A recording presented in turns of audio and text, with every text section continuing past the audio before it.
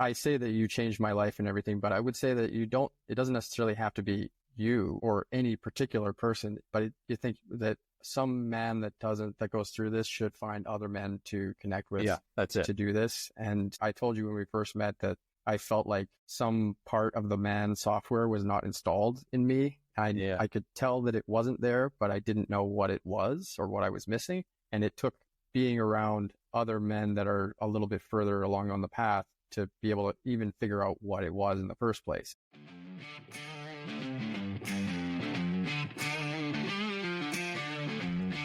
Welcome to the Masterful Man podcast. I'm your host, Sven Masterson, coach, mentor, author, and fellow traveler on the path to mastery.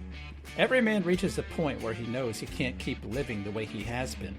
The question is, what comes next? Here, you'll hear from men who've made the shift, men who've gone from stuck to unstuck, unshakable, and unstoppable. If you're ready to start moving forward, you're in the right place.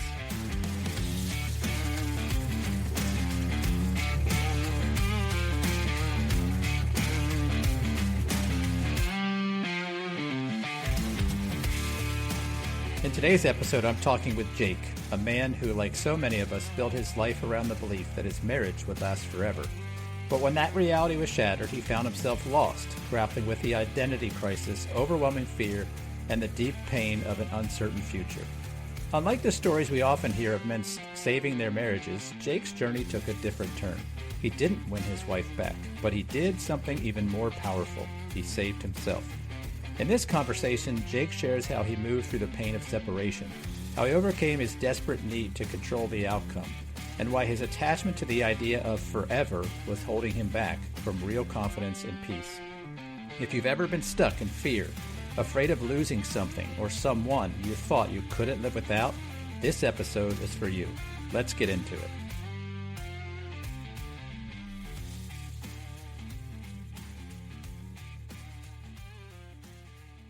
Well, thank you for being here today, Jake. I think maybe the best way to start this conversation is to start with who are you, where are you, and maybe just the simple demographic information so people listening know enough about you to kind of build a mental picture.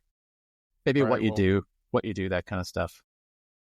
My name is Jake, and I live in Edmonton, Alberta, Canada. So I'm way up in Canada where it's cold all the time, except for summertime. I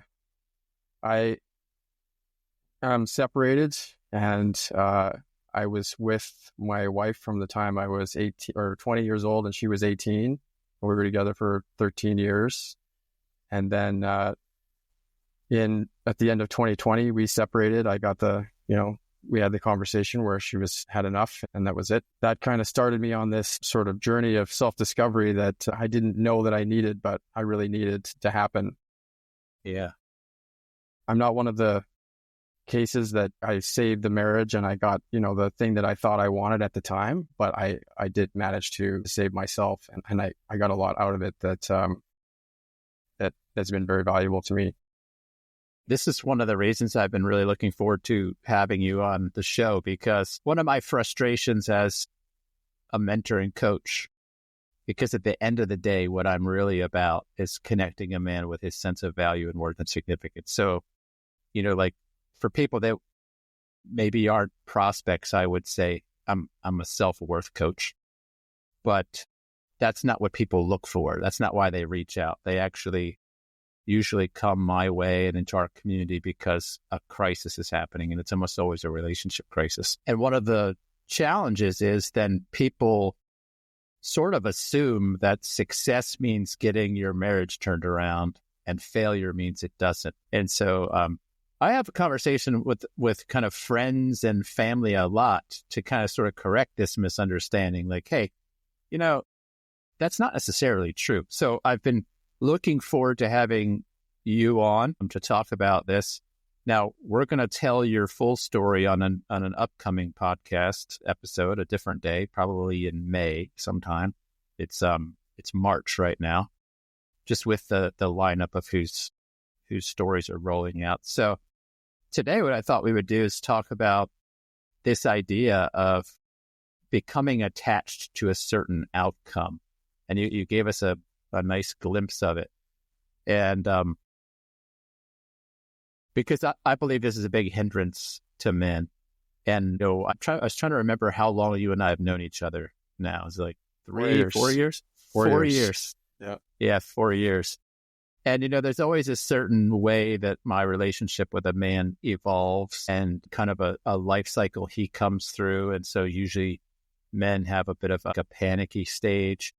They're hyper fixated on things turning out a certain way. And not every man's does, right? And when I first meet him, he can't fathom that there's life on the other side of this thing he's super scared of.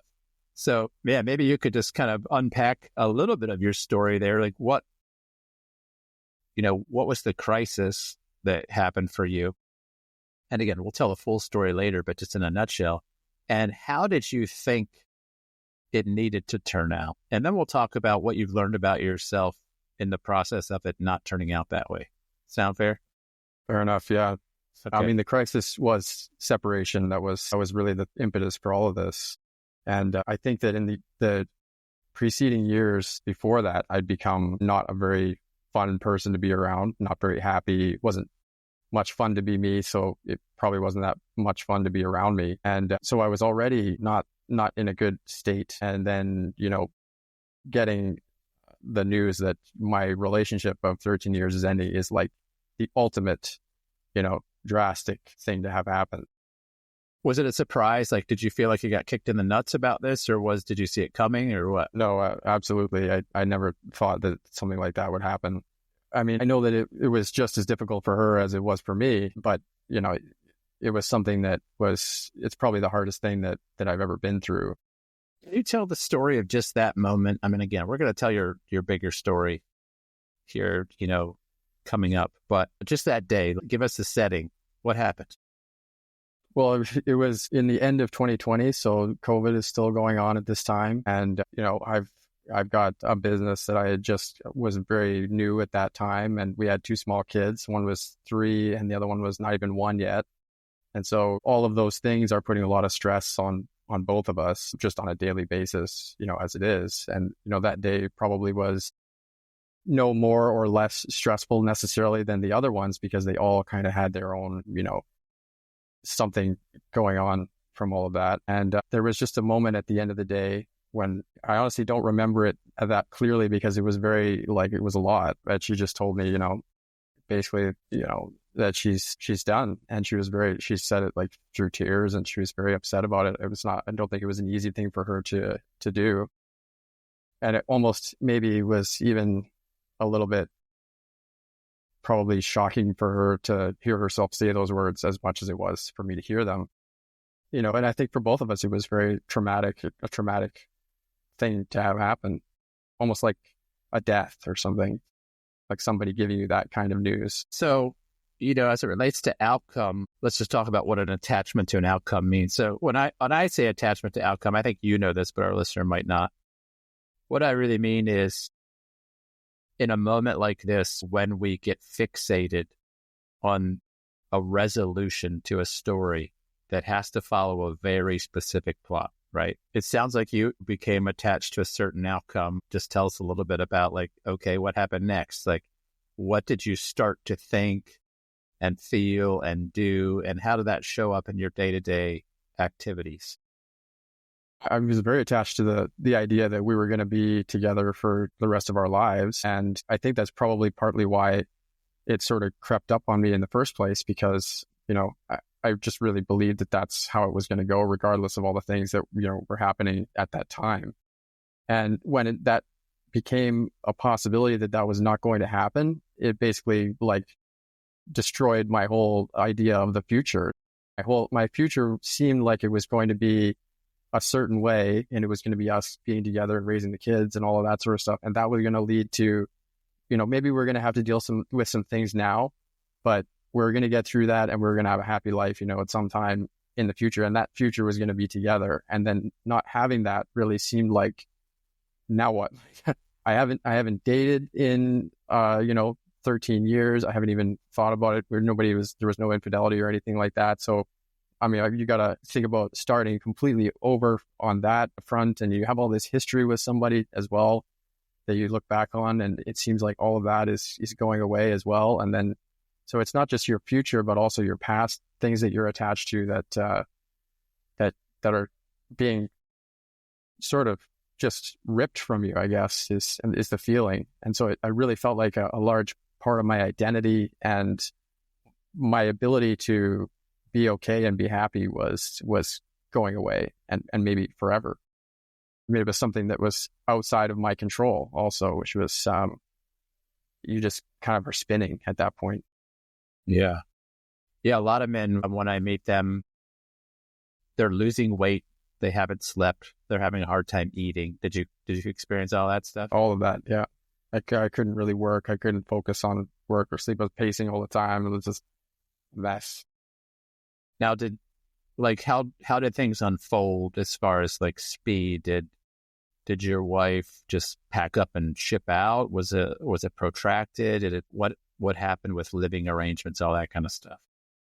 Pretty much right away, I moved in with a friend of mine, and I lived with him for about 6 months. And because of the kids, I would still go back and forth. I couldn't take the kids to his place, especially because one of them was still very young. So I would travel back and forth, to the place that we had shared. And then eventually I got my place, and then we each had our own space. But I spent a lot of time still really, really, really desperately wanting to go back and get all of that back again. And it was what you're describing, that, not eating, not being able to focus, all that stuff. I had that like ruminating constantly, all the time.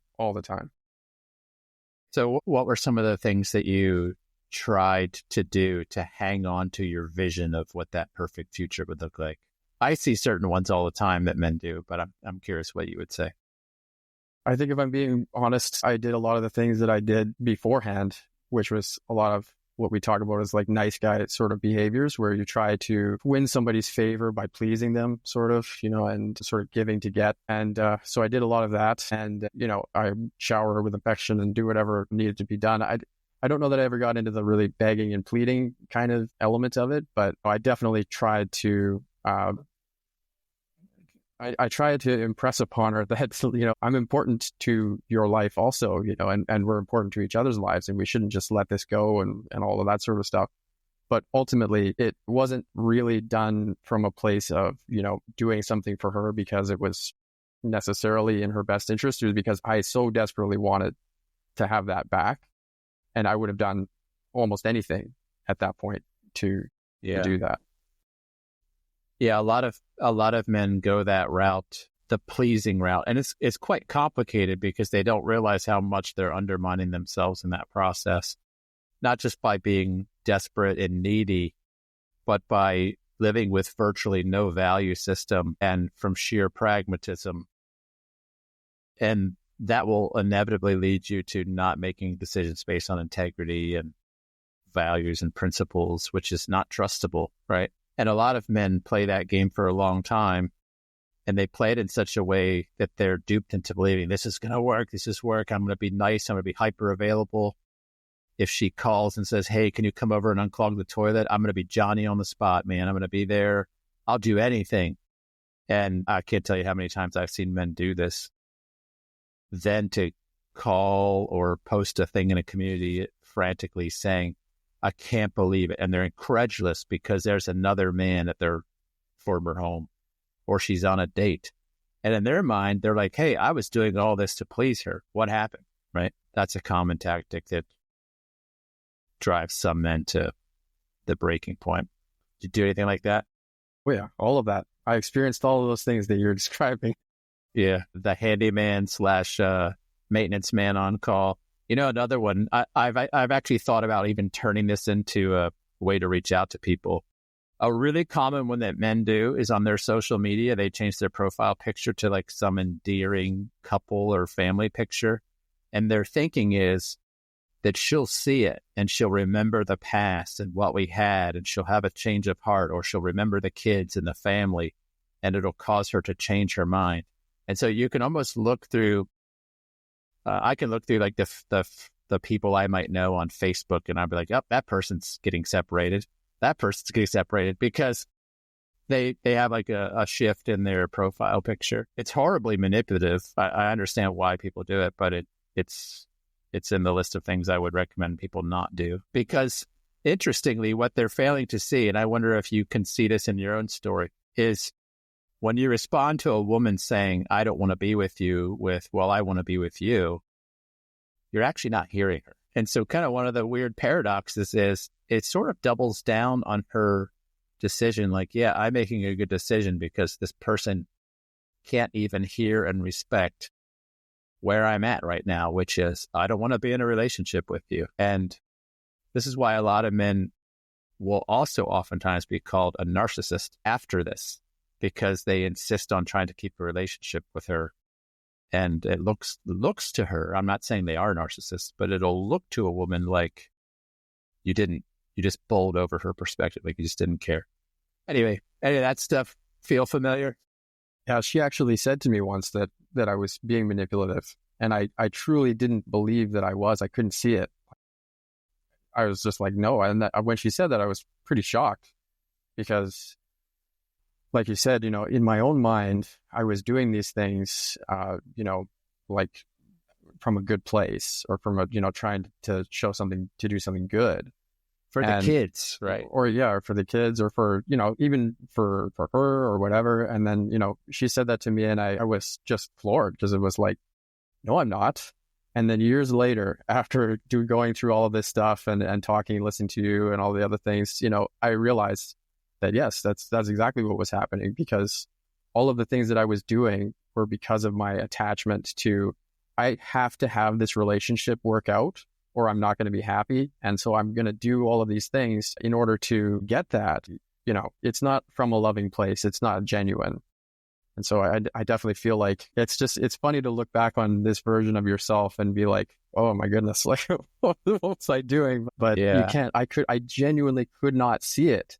Is the interesting part, is that I had to go through all of these things I went through in order to even be able to recognize that about myself, because I really did believe that I had good intentions.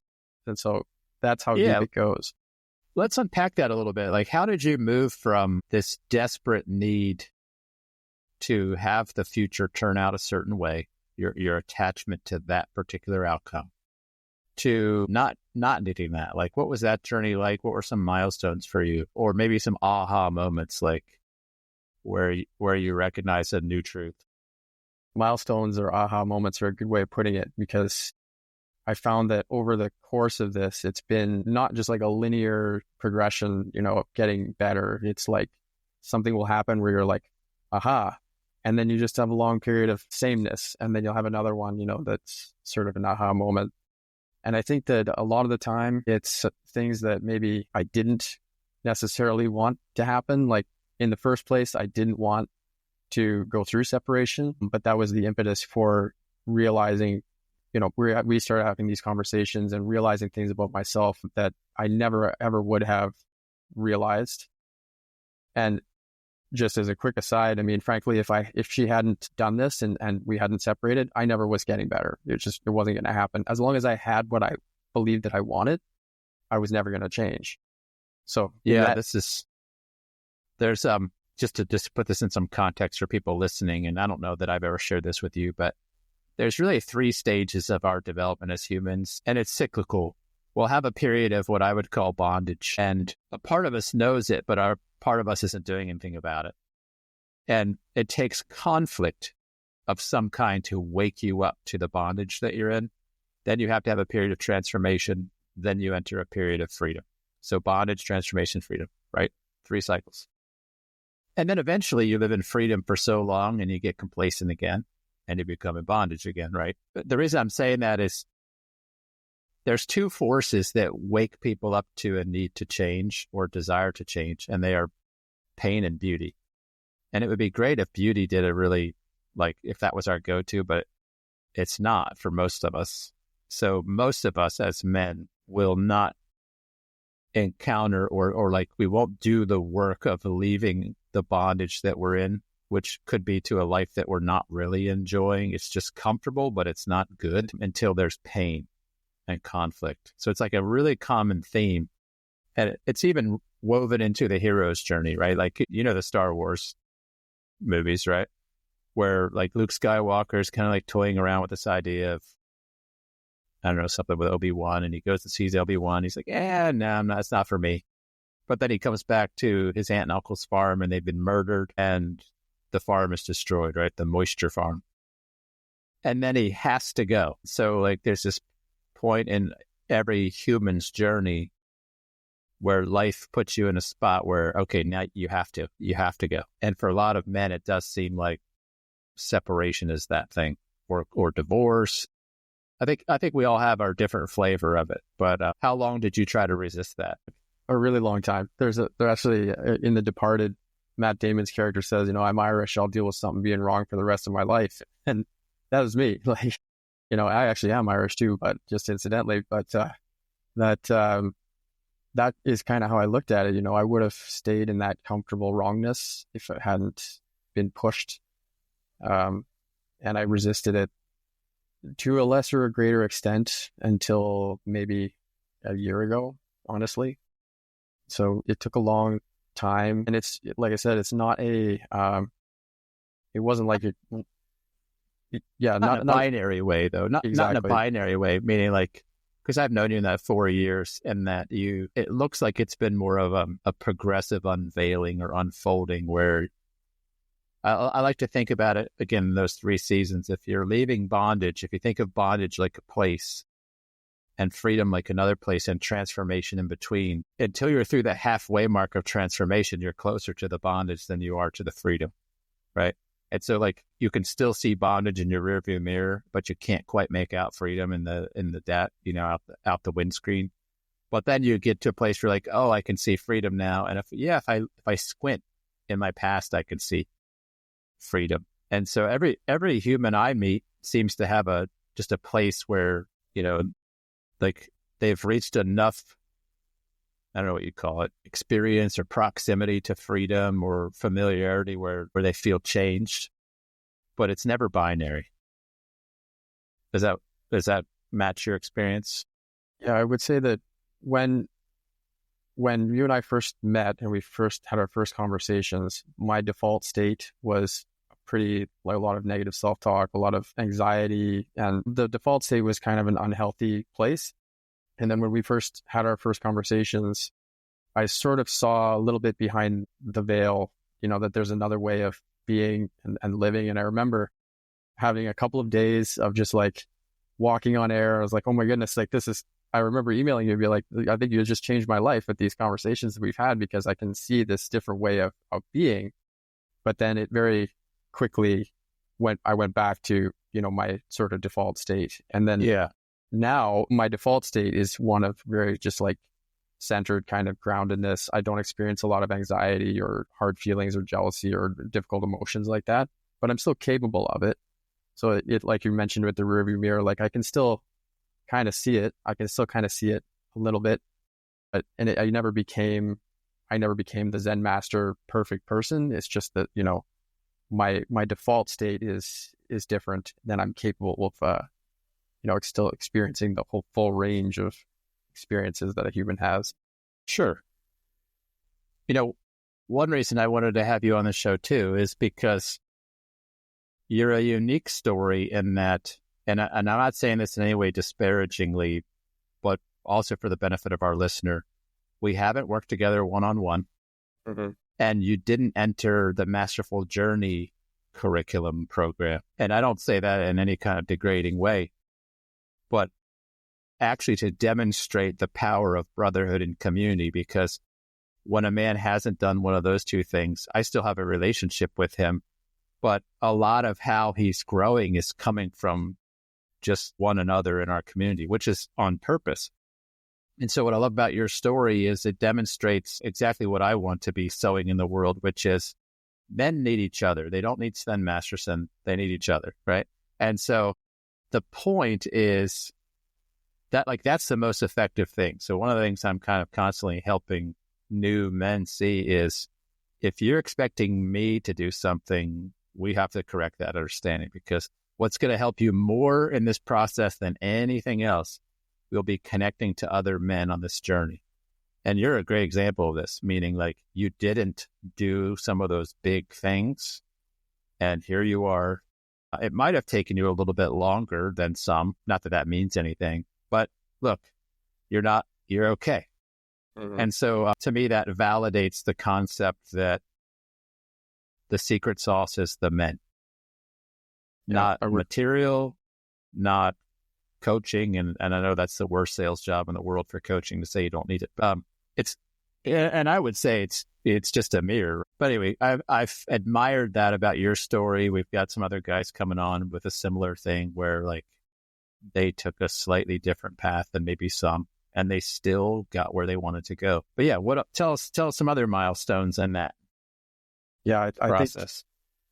I think you make an interesting point there. I probably could have gotten there sooner if I had done, the other one-on-one and stuff like that. But you do still get there, eventually you get there. And I hesitate to say sooner because, first of all, I don't know. And I also don't believe that sooner and later are really even valid. Meaning, I hold this belief that we are where we need to be. And that's not a worldview everybody can embrace, but it really works for me because it frees me from the tyranny of comparison. If I'm looking at right now and I want it to be anything else, well, I'm going to suffer because I'm thinking that now needs to be different. You follow me? So that's really helpful too in helping men, is to say like, well, just let go of the idea that you should have been where you are today earlier. So I really don't believe necessarily that your story should have gone anyway, but how it did. Just to clarify that. Yeah. Yeah. There are probably events that happened in this intervening period that had to happen anyway. So I don't know that, because some of the milestones that we'll talk about are going to be things that happened that, no amount of, training or coaching or whatever was going to necessarily have the same effect anyways. But I think that going back to your point about the men, before I got separated and for most of the time that we were together, I didn't really have anybody, other men to talk to. And like, I have a complicated relationship with my dad, so I haven't had a relationship with him for a long time. And so, anytime that something happened or something was going on in life, I'd be bringing that to her. And, I know now, looking back on it, like our society tells us that, women want you to give them all your problems and all this sort of stuff. And I know now that they want to know what's going on with you, but they don't necessarily want to do anything with it or have to be parentified in that way. Mm-hmm. And so that was a big problem that I had that ultimately led to the separation in the first place. And then, now having that, if anything happens in life and I need to talk to somebody, I can think of 3 or 4 men that I could just go and pick up the phone or text them or whatever, which is something that I never had in life at any point. So the community in that sense has been a huge part of it, and getting to know different people as they come and go in that community has been some of the milestones as well. And just, the relationships that you form and the things that you go through together. But aside from that, I would say that most of the milestones that really pushed me forward, again, were things that I didn't want to happen. Stuff that was like, this is the worst case scenario, things that I'm dreading. And then when you go through that and you realize that you're still here, it's just like, hang on a second, like all the stuff that I was fearing only existed in my mind in the first place. For example, like she eventually years later, started dating and things like that. And at the beginning of that process, that's something that would have absolutely crushed me. And by the time it happened, I wasn't crushed by it because I'd been doing this, long enough, but I was still very bothered by it. And, but then, going through that and realizing that all the consequences of her dating and whatever, the consequences I'm imagining only exist in my mind and nowhere else. Like her getting into a happy relationship with somebody doesn't mean that I get shanked. I'm physically fine. So when you realize that, you just kind of let go of the pain that it's almost like shackles that you're putting on yourself that are you're creating this environment in your mind And once you realize that, you can realize you can choose something else. You can look at it a different way. You already know this, but maybe our listeners don't. I refer to this as our capacity to be meaning makers. I think it's my favorite feature of humanity is that we make meaning. The problem is we do so much of it on autopilot. And so when we're in a place, and I'm not saying this to critique you, but your transformation, mine too, was from emotional immaturity to emotional maturity. And in our place of emotional immaturity, we don't know that we're meaning makers, and we believe the meanings are happening and coming to us from the outside world.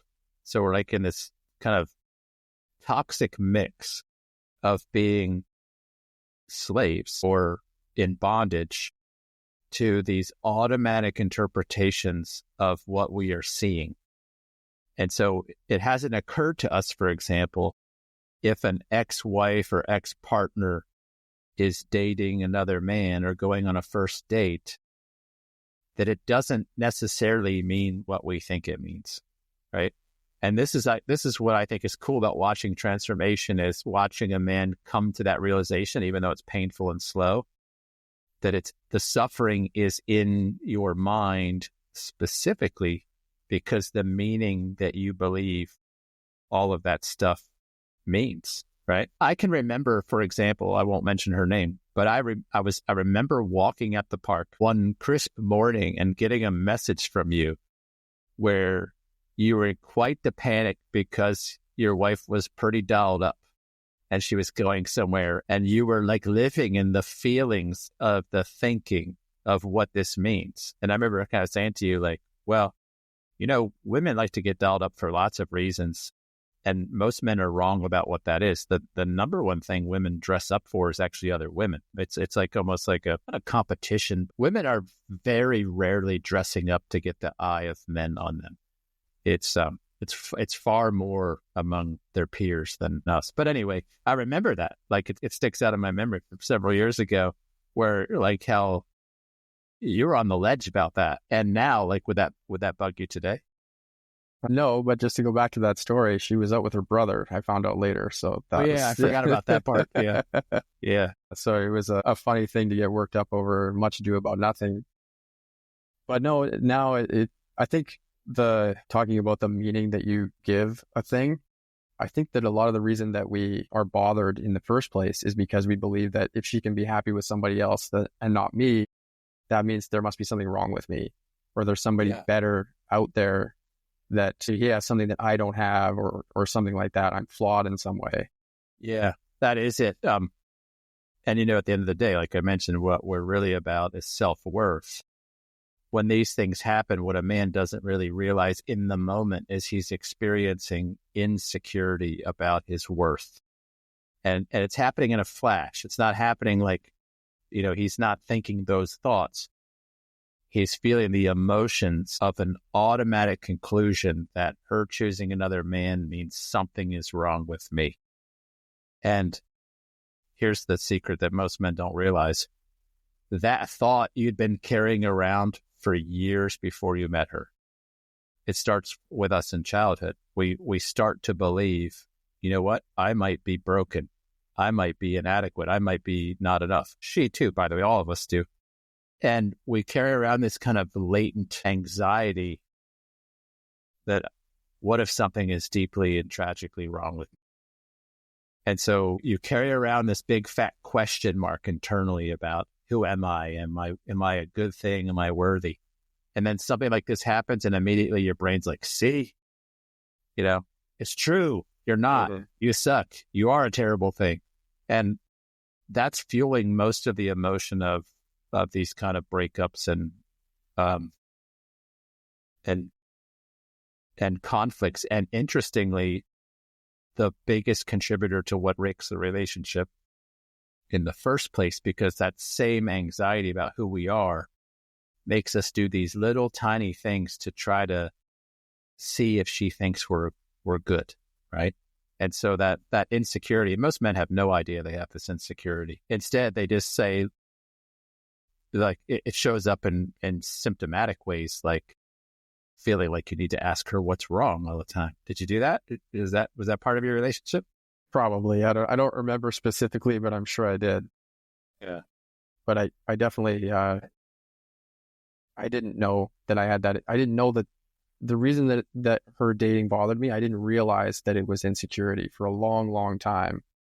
And it was only in the last year or so that it was one of those milestone revelations where I was like, wait a minute, like this doesn't actually mean anything about me at all. Like nobody is, they're not better or worse than me or whatever. They just, because everybody has something about them that, if you want to nitpick it, if she's never going to go out there and find the man that's perfect in every way 100% of the time. And, that's not me kind of thing. We all have our things about us. And so I just realized, like, why do I care about this? Because if this was just somebody that was a friend of mine that gets into a relationship with somebody and they're happy, I'd say, good for you. That's wonderful for you. And I'm genuinely happy for you. And so I kind of thought about that. I sit in my chair here. I just sit in my chair and think sometimes. And I was like, why is this bothering me? And I realized that the only reason that I would be feeling this is if I'm getting something from this relationship still. It's still propping me up in some way. That's right. And when I realized that, it was like, whoa, this is a crazy thing to realize, because then now you're free. Like you're free of that feeling just by seeing it. It made a huge difference. Yeah. The way we describe this in the Masterful journey and in some of the one-on-one is to show the relationship between dependency and insecurity. You're only going to be insecure in an area that you have a dependency, right? And I use the metaphor all the time. Imagine I have this beautiful well on my property, and for whatever reason, I get scared that maybe something's wrong with that well. And so I stop trusting my well and I start going and asking my neighbor, hey, can I have some water? And so every day I have to go over there and I have to ask my neighbor for a bucket of water. And one day I go over there and I knock on the door and he's got a scowl on his face. He's like, what do you need? And he's short with me. I'm going to have just the way my brain works, all of our brains, I'm going to have a certain amount of anxiety that my brain is saying, that guy controls my water. I need to keep him happy or I can't have this needed thing. And so the dependency on the water created the insecurity. If I just drank from my own well and I saw the same man upset, I would be curious, maybe empathetic. I would, especially for friends, I would have legitimate concern. Hey, is everything okay? But the moment I have dependency on him, I stop focusing on what he needs and what's going on in him, and I'm actually focused on like my feeling of insecurity. And so what we do in the Masterful journey, which you haven't been exposed to like in the tool set, is we help men connect their emotions to their insecurities, to their dependencies, and then we work on, well, why are you depending on somebody for that part of your life? And the beautiful thing in what you just described is when you realize where you have these external dependencies and you take them back, because they're all like internal things, like your worth, your sense of significance, your sense of okayness. The moment you break the dependency by saying, well, I don't need anybody to manage that for me, you turn your own well back on. The insecurity is no longer a thing. But the other upside is that now your relationship with that person is restored to health because there's no giving to get. You're not like manipulating them to get what you need. You're simply related to them as another human being with a shared human experience, right? And so this resolves a lot of things because you're not empathetic to your neighbor, right?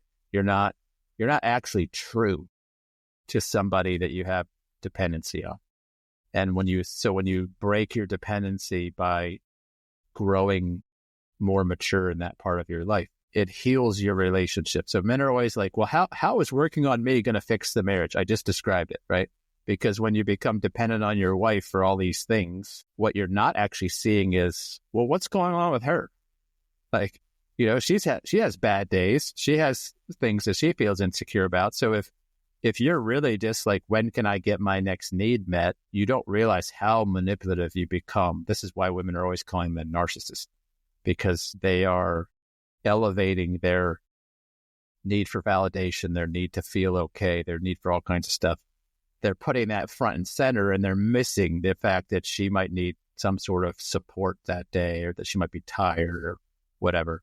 And I'm not saying she's more important. A lot of men accuse me of that. I'm just saying, like, you won't actually be available to somebody at a compassionate, empathetic, understanding level if you have insecurities that they are responsible for. Yeah, and I know exactly this is what you mean. makes women flee men. A woman will move away from an insecure man because it's just too much pressure and responsibility to try to constantly be on the hook to provide for his needs. So anyway, that's just for the benefit of the people listening, maybe who are wondering how some of this works. And yeah, you discovered that, and then you figured out, oh, I'm actually okay. Yeah, and going back to what you were just saying, I mean, that was me to a T. I mean, my ex-wife and her brother-in-law and my friends and everything, they knew me as this kind of person that, like, it's never my fault, you know, like I would never be taking responsibility for things. You know, I'd always kind of try to talk them out of it or stuff like that. And it was because their opinion of me was what was propping up my own opinion of myself. And so I could never actually, if you come to me with something that I've done wrong, or that I've, you know, hurt you, or you have some grievance or something, I could never actually hear it, because all I'm hearing is, this is a problem for the person's opinion of me, and I got to fix that, because that person has to stick around so that I can feel like I'm worth something. Yeah. So I could never actually, and with her, ultimately the thing that I think that kind of the straw that broke the camel's back was a situation like that, where she was coming to me with something that was important to her for a number of different reasons. And I was just hearing it as, you know, nagging kind of like in my ear, because I had already so much on my plate. You know, there's COVID, there's kids, business, all this sort of stuff. And I was not ever able to actually hear her and what she was saying to me, because all I was thinking about was how it affects me. Yeah, and 100%. And so once you let go of that, and you get all of that feeling of what you were saying before about how is fixing your relationship with yourself going to fix your relationship with other people. That was also me, because it was like, okay, when we first started talking, it was like you were saying, you know, we don't really fix marriages per se. We help men to kind of, you know, fix themselves. And I was like, yeah, sure. But we're going to fix the marriage, right? How are we going to fix the marriage? Yeah. And then years later, you know, looking back on it, I see that, you know, the only way to have healthy relationships with people is if you're already so secure that they don't give you anything, they're not responsible for providing something to you, then you can actually sit down and listen and hear what matters to them in an authentic way, and in a loving way, instead of from like a manipulative giving to get kind of way. And that's why we're talking about attachment, because attachment means you cannot take your focus off of that thing. And this is one of the hardest things for me in my role as a coach and mentor, is attachment is a form of addiction. I think that's fair to say. And many men are addicted to the feminine.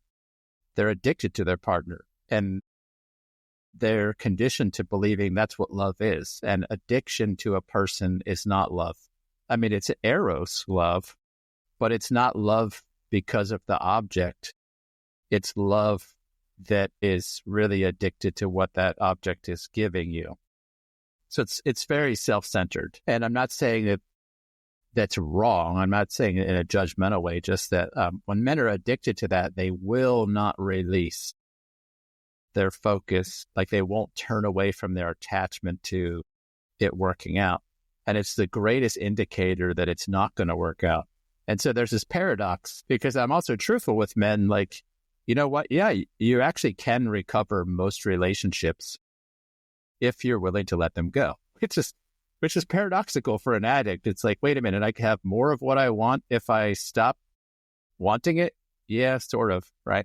So I'm forever running into people who are trying to figure out how to have a cake and eat it too. Like, how can I stay addicted and still have like the benefits, right? So, but in reality, it's just like this phenomenon with the way the universe works. You truly and sincerely have to let go. There has to be a true detachment where you you really stop seeing that person as a source. Because until then, you really don't appreciate just how miserable it was for them that you did that, but also you're really not living in a place of wholeness. And so as a man, at least, you're not in a place that's very attractive to a woman if you need her in this way. Not a healthy, mature woman, maybe somebody who's themselves codependent would find that meaningful. But yeah, so attachment is this tricky thing, right? So I'm just curious what other insights you've gained along your journey about attachment, some other aha moments for you, like where you even realized that you had this attachment and what it's been like to let go. I think that one of the things would have been kind of along the lines of what you were just talking about, so going out back into kind of dating a little bit and things like that, I'm encountering women that they're constantly talking about the men that they meet being either, they're too soft or too hard or whatever. And I think that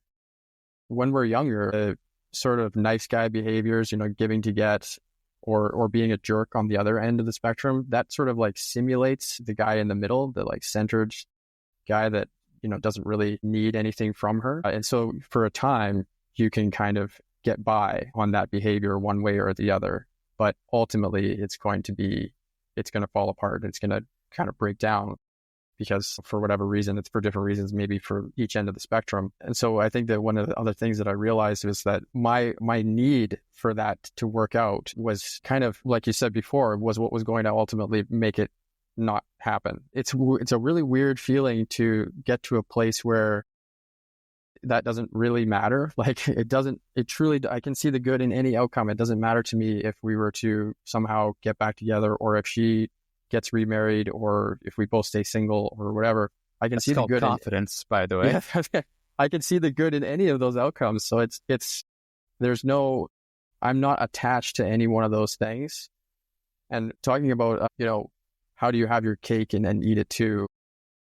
I think I used to believe that in order to be safe, you have to either sort of close down your heart and everything, sort of like Darth Vader type thing where you, to get that power and that control and safety, you just be completely closed. Or if you're open on the other side, you're kind of afraid to do that unless you know that it's going to be like some outcome out there is going to work out for you. Otherwise, you're going to get hurt. And after all of our years of talking and stuff, I realized that there is kind of a third road where you can still live from a place of openness and be open to people and life and situations. And if you're not attached to what the things outside of you do, then you're not going to be harmed by the external stuff, at least not as much. That's been You've managed to reverse engineer a lot of our deeper instruction. Yeah, that's actually exactly how it is. I would say it this way, and we use words in our community to just make some of this easier to describe. It's not, the mechanics of it are a little bit less important. I would say that your ego has two poles. It has a positive and a negative pole. And by positive, I don't mean like, hey, like that was a positive experience, not that kind of positive, just two, like polarity, right? So the ego has an explosive, villainous side. That's your Darth Vader or the Emperor. And then you have your collapsing, weak, impish, victim-y side. Okay. So then you have the true self, which is the hero. That is your core being. So in our community, we talk about our core being as being symbolically your heart, who you are. Some people in our community might refer to that as the spiritual, the true self, like the part of you that feels transcendent to your experience, the part of you that is always okay. And in that part of you, you really are always okay. Nothing really can hurt you. Nothing you don't need to manipulate, you don't need to control because there's nothing needed. But that part of us, this is in Sven Masterson's philosophy of care, that part of us gets shut down as children when we encounter judgment and shame.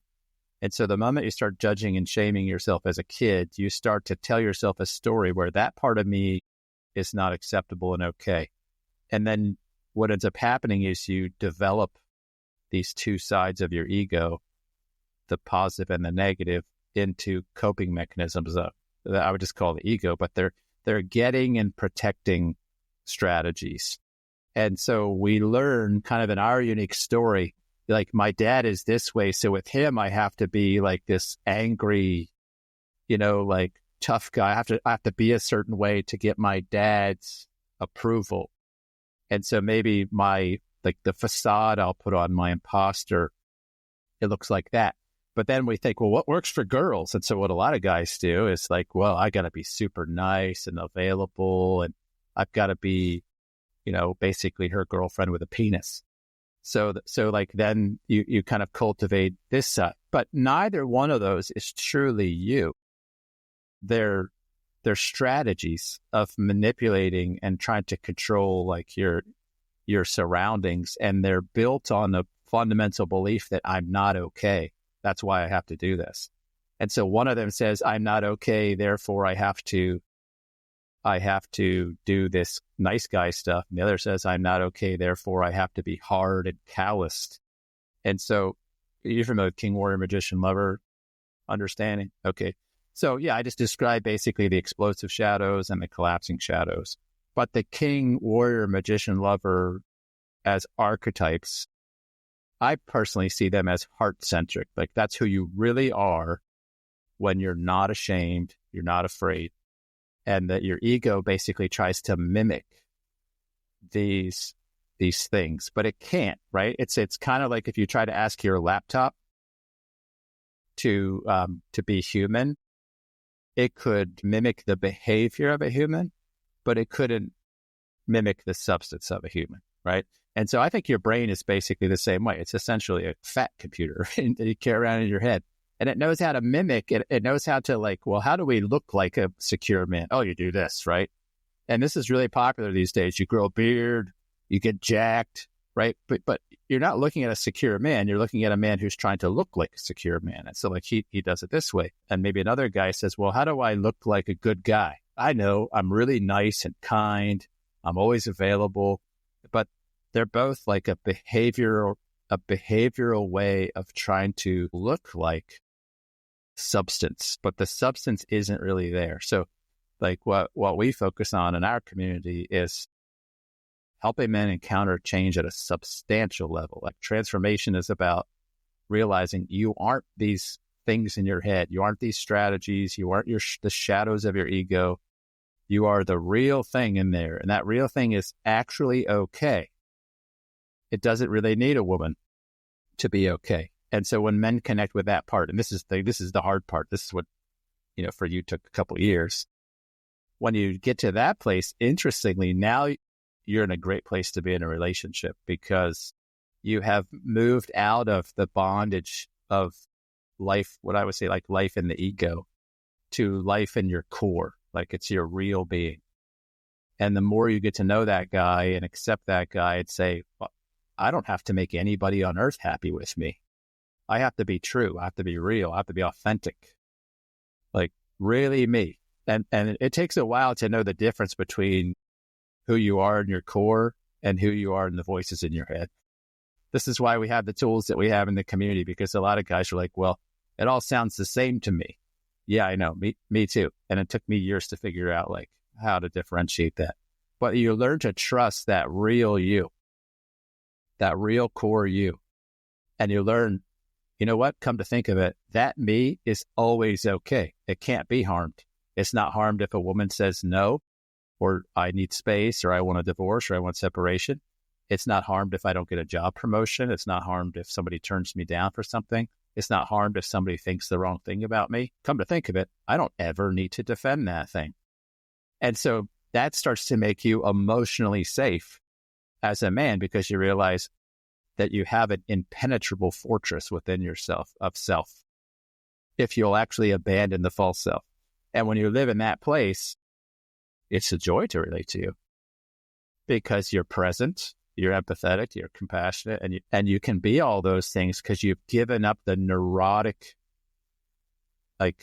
that the neurotic, endless striving to try to feel okay, which is what the ego does. It's like it's constantly saying, like, how do I get Jake to like me?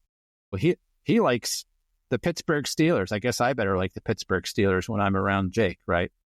And then you got your other buddy, who's like a Ravens fan. And it's like, well, shit, I got to remember like who likes what, and I have to make sure I can talk a certain way to this guy. And that's why people report feeling like chameleons, because they are adapting themselves to feel acceptable to other people.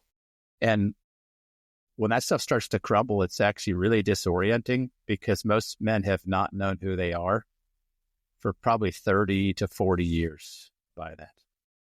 So I heard you kind of describe a little bit of that in your recollection of like just coming to this awareness. Maybe you could unpack that a little bit. Did you feel that disorientation of trying to figure out like, what's this about? Yeah, I did feel that. There was a point partway through all of this where I was just thinking about just leaving all this community and leaving all this stuff, because I kind of started to be a different kind of person, and I felt like I couldn't relate to people the way that I used to, and it was so disorienting that I was like, now I don't know what to do. Like, I don't know how to feel about anything. It's really one interesting thing about what you were saying is that the sort of the way that the ego simulates, your okayness or whatever, is something that you can deceive other people with that, and also yourself, and like not even be aware yourself that you're doing it, and sort of how it sounds all the same and everything. Like it's really hard to see it until you see it. It's really hard to see it. And then once you finally once you get a glimpse of it, then it becomes a little bit easier. Can I interject one thing about this? Sure. Yeah. I wholeheartedly agree. And this is exactly what relationships do. I have come to believe that this is one of the greatest gifts of marriage, is that, or a long-term relationship. When you're in a long-term partnership with somebody, you don't see this about yourself, but they sure as hell do. And they squawk about it. And to be really crystal clear, you see their bullshit too. And there's a part of you saying, this doesn't look like what I know you're actually capable of. This feels not real to me. And so for men, this comes out as like wanting to push to more deeply open a woman. Like we have an awareness that she seems closed off, maybe in a way that we know that there's more depth there, there's more beauty, there's more warmth, and we want to see it, but she won't show it to us, right? And men have their own version of that. And a woman is kind of like, you know what, this doesn't feel real to me. Anyway, and friendships the same way. I think good friendships, and that's what we do in our community, we call each other out on that. Like, you know what, that doesn't feel like authentic to me, but not in a judgmental way. Even yourself, even you recently called yourself out in there about, writing something and feeling something. Yeah. And they're like, hang on. Yeah, I forgot about that. Maybe this isn't actually the way to look at it, which I think is interesting, because I think that before I got into men's work and the community and all of that stuff, I didn't spend a lot of time reflecting on, and maybe I knew there was something, but I didn't know what it was. But instead of actually sitting down and reflecting on, those things that we're talking about, I would spend all my time running away from it, or, minimizing or chasing. It. Yeah. Or yeah. And I think a lot of what we diagnose as maybe conditions, I think are actually just the neuroticism that comes with trying to manage all of these threads in our head. Maybe some people feel like ADHD, ADD, and I'm not qualified to make such diagnosis. I could just tell you that almost 100% of men that apply for to work with me or have a session, they all generally say either that they have those conditions diagnosed or undiagnosed. And a lot of them report after several years, like a quieting of their inner dialogue. And I've come to theorize or believe that that's because they're not giving all this mental energy to try to keep track of all of these insecurity threads and anxiety. It's so a lot of people are stunned by the volume turning down on all that stuff, to where they're like, if you ever been somewhere really noisy and then you go out in the quiet and maybe a part of the country you've never been to and you're like, it just doesn't feel right. It's kind of like that. That's exactly Anyway, how I describe it. The volume, it turns the volume down. You still experience some of those things, but it just turns the volume way down to a manageable level. yeah, yeah. Which for me was earth shattering in a positive way, especially with sleep. Like I was the kind of person that it would take me a solid 60 to 90 minutes to like go to sleep, because I always had like this ruminating mind. And I just thought that was my personality. I thought that's how it's made. And as I started to kind of have this transformation myself, I was like, oh, this feels weird. Like it would bug me when people would talk about men thinking about nothing. I couldn't fathom thinking about nothing. I was always thinking. I felt like I was thinking in my sleep. And so, then this stuff and, I go through that and I was like, wow, I can actually just be somewhere and not need to be thinking about anything. Mm-hmm. Probably the first time in my life, and we're talking 43 years old at the time, that I felt like I could rest and truly relax without some sort of substance to do it. Yeah, I know exactly what you mean. Before all this, I was the same way, really difficult time sleeping. And I wasn't always anxious like that. Like I remember it sort of creeping up on me as I aged. And then especially as the kids came along and things like that. And then eventually it got to a point where like I couldn't sleep and I'd be ruminating all the time. And now I can lay down and my head hits the pillow and I'm like asleep. I don't think about any of that stuff. Just it doesn't matter. All the scenarios that my brain can come up with, like, okay, they can happen. I'll be okay. It's fine. Yeah. There's nothing. I think the anxiety that I felt before was this feeling that what if this happens? And if that happens, I'm not going to be enough to deal with it. I'm not going to be good enough. And now I just look at it like, if it happens, we'll deal with it. And so it's not happening right now. Right now I'm in bed, I'm sleeping. So that's it. There's no more sense spending any more energy on it than that. Yeah, I feel like what you're describing is true confidence, or what I would call spiritual confidence. It's not confidence based on my performance or my behavior. It's like an inner knowing that I'm okay, and if I'm okay now, I'll be okay later. And that really is the antidote for so much. And it's inseparable from self-worth, because if you don't have a view of self-worth that's anchored in something other than your performance and behavior, well, then your self-worth is not secure. But if you have a secure sense of self-worth, then you can project into the future and imagine a terrible scenario and say, I'll be okay, because you know that circumstances don't change that, right? And that becomes like the basis for peace, I think. Now, what I like about your story too is that we're having this conversation. And I know this has been like a thing for you because there's a lot of spiritual people in our community, but you don't consider yourself spiritual. And so here you are having this kind of experience just to highlight it, underscore it, etc., without any associated religious belief, which is, again, proof that you don't have to have a religious perspective to believe that you have self-worth and that you're going to be okay. Yeah, I would say so. You want to say anything about that? Like spiritual, I would say I do have a certain something as far as spirituality goes, but you couldn't really define it. But definitely no religion or anything like that. In fact, I spend time sometimes talking about religion and things like that. I have groups that I debate in and things like that, but not in a argumentative or a negative way. We just have discussions. But anyways, the idea that it has to come from, you talk about, I think what do you call it, source or something along those lines. That was kind of a hard thing for me in the beginning, because I didn't really know how to define that, because I don't have a traditional sort of view of like God or source or things like that.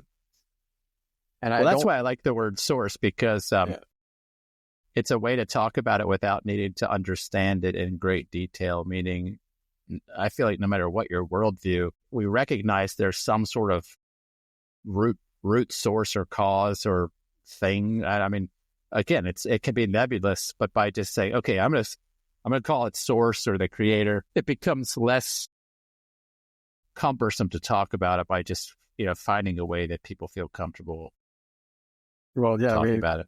If we have to call it something, I think I like Taoism because they say, the Tao that can be named is not the Tao. So that in that sense, I like it because it is something, but we literally cannot define it, and we can talk about it, but we can't really talk about it. Yeah, that works. So it doesn't really matter what you want to label it. And for some people, their religious belief is very meaningful to them in that way. But I think that it might just be ways of all of us talking about a similar thing, and we arrive at it from different perspectives. Yeah, no, I agree. Interestingly, because I have a degree in biblical studies, I come from a background that's rich in like faith and religious history. And I didn't realize how much of my dogma and whatnot in my past was actually rooted in the same insecurity, because I didn't feel safe. And so concrete, certain dogmatic beliefs was like my way of trying to feel safe. And now I've actually enjoyed a lot more, just freedom. Like, well, it's unknowable and it's okay to not know it, right? Like, if I have to know something unknowable to be okay, I'm screwed.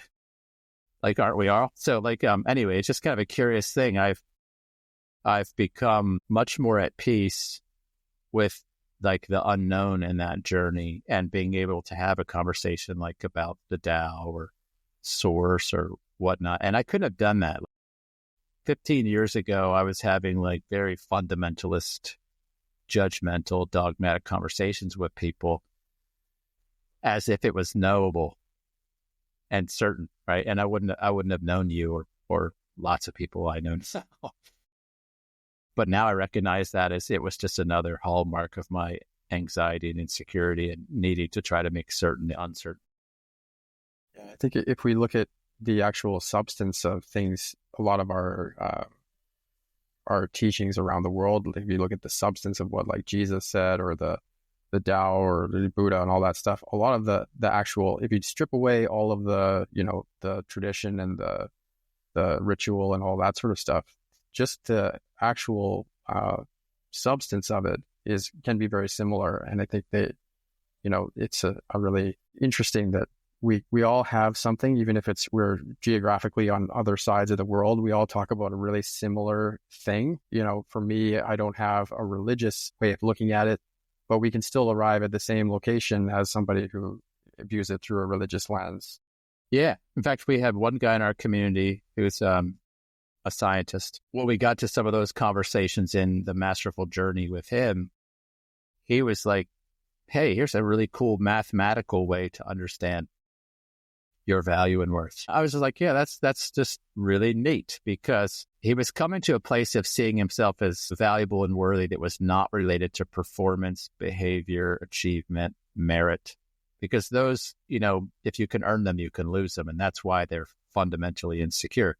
But here he was coming up with basically, here's a great mathematical reason why I have value. And I thought, yeah, whatever, if it gets the job done, that's life-giving, right? The point is that you land on something for your value and worth that cannot be taken away. Because if you can do that, then maybe you would typically ruminate in the middle of the night or at 3:30 in the morning about some calamitous future. You can stop that because you have an inner knowing that I'm going to be just as okay then as I have been every day of my life. And I'm all right now. And then that becomes transformative in a person's life. Yeah. Now, if you had told me that like 15 years ago, I would have said, well, you have to be a person of a certain faith or even the right doctrine to have that. And so it's been, I've moved away from that quite some time ago.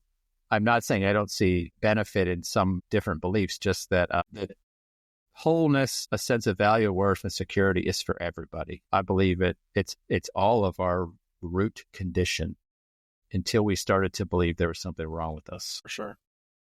And just going back to, you were talking about, not being able to sleep and all of that sort of stuff. That really, the attachment to those outcomes, we were talking about marriage before, but it could have been anything. It could have been in business or life, ultimately that attachment that I was feeling was coming from fear. And I don't have so much of the fear as I used to. And I think that to sort of tie it all together with religions and things like that, like if people, they find something that is meaningful to them, and it's not going to be universal. The thing that is going to give you your sense of value and worth and significance, the thing that does it, the vehicle, is not going to be universal, but that feeling is universal, and we can all feel it. I didn't do all of the coaching programs that I could have done, and I didn't, whatever. I didn't have the same experience as some other guy, but we all arrive at the same location. And I think it's really interesting that we find something that's meaningful to us, and we kind of realize that we're okay. And then when you realize that you're okay, all of that fear drops away. And then when the fear all drops away, then you don't have that same attachment to what's happening outside of you like you used to. Fundamentally, I'm good. And then I get to just experience all of the outside, which is a really interesting way of seeing the world, a totally different thing. I would add one more thing to that, and that is, if you come to the conclusion that I'm okay and I'm good, and that, boy, is that bug a lot of worldviews. I get a lot of trouble with Christians for talking about that, because there's a whole set of Christian belief that you're not good, which I completely disagree with. But if I'm good, then I have to also come to the conclusion, well, so is my neighbor. Mm-hmm. So are you. And so I have like the most beautiful relationships now I've ever had, because I stopped judging the shit out of everybody based on all this fear-based stuff that I carried around. So it's one of my favorite parts, because the first person I stopped judging was me. The second person I stopped judging was my wife, which completely healed that relationship, which is why we have a 30-year beautiful marriage now. And I just kept trickling outward. And that's what's really brought me the most freedom, and you're kind of touching on, is that is by letting go of the fear and attachment, like the smoke clears, and now you actually have a true basis for a really good relationship with somebody. Because you're not trying to manipulate them anymore or judge them. But anyway, say more about that and how that's showing up for you in your life now.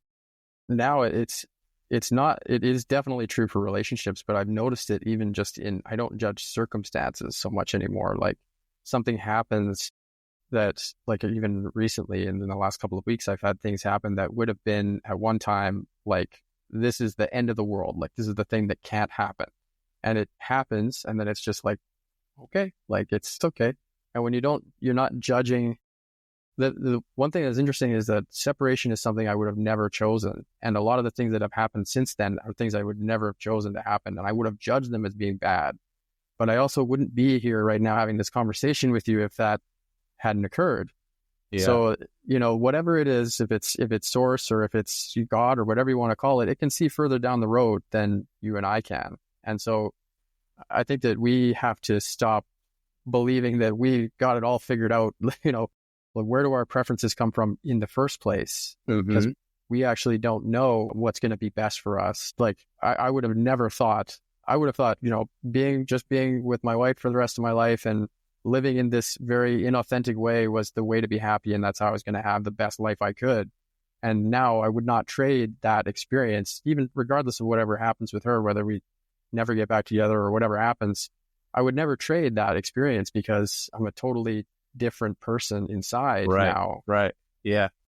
So I love what you said there about judgment and about circumstances. I've had a very similar experience, and it's so easy to confuse. And this is another area that a lot of Christians will immediately knee-jerk me with false teacher claims, because they think I'm talking about relativism or that truth doesn't matter, and I'm not. I believe that there is objective truth, but one of the things I've learned in my 50 years is I don't believe I'm qualified to necessarily say what it is, right? So I don't have the bird's eye view of it, of what like a creator or God or source would have.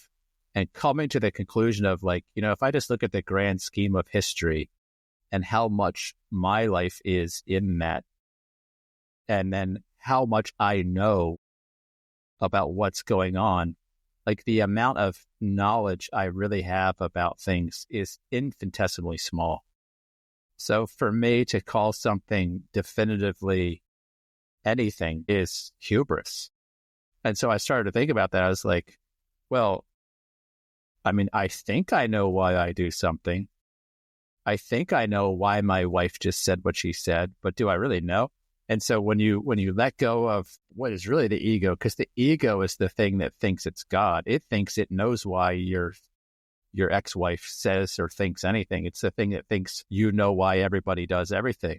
And that's bullshit. You don't know why anybody does anything. Like what happens inside of them is a mystery to them. It's definitely a mystery to you. Exactly. So I started to have this awareness, and it was hugely redeeming to me because I started to say, well, wait a minute.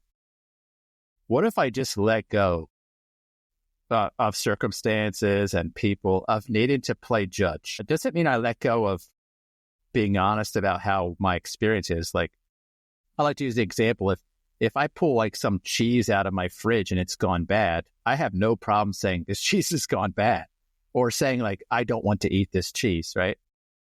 But what I've stopped doing is moralizing things.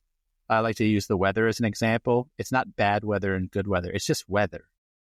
And I tell myself a story about my relationship to that weather. And that's where I say the weather is good or the weather is bad. But that's just me having an internal experience based on my attachment. So when I let go of the idea that it's a bad day or bad weather or good day and good weather, now I can just relate to the weather. And by removing that whole layer, I'm not stuck because I'm not attached to like, well, it has to be a sunny day today for me to be okay.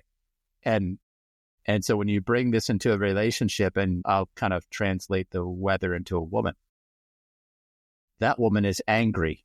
Like we would say she's in a bad mood or she's in a pissy mood. And men don't realize how much they're judging the moods of a woman instead of just treating it like the weather. I mean, my weather has stormy days and sunny days, but my wife does too. So do my daughters. And by removing the judgment from it and removing the attachment that it has to be a certain way for me to have a good day, it's just totally changed things. So like they're totally free to just be themselves, right? And because I don't think it is a bad thing anymore. Like if I go in my house now and my wife is storming around, in the past, I would have,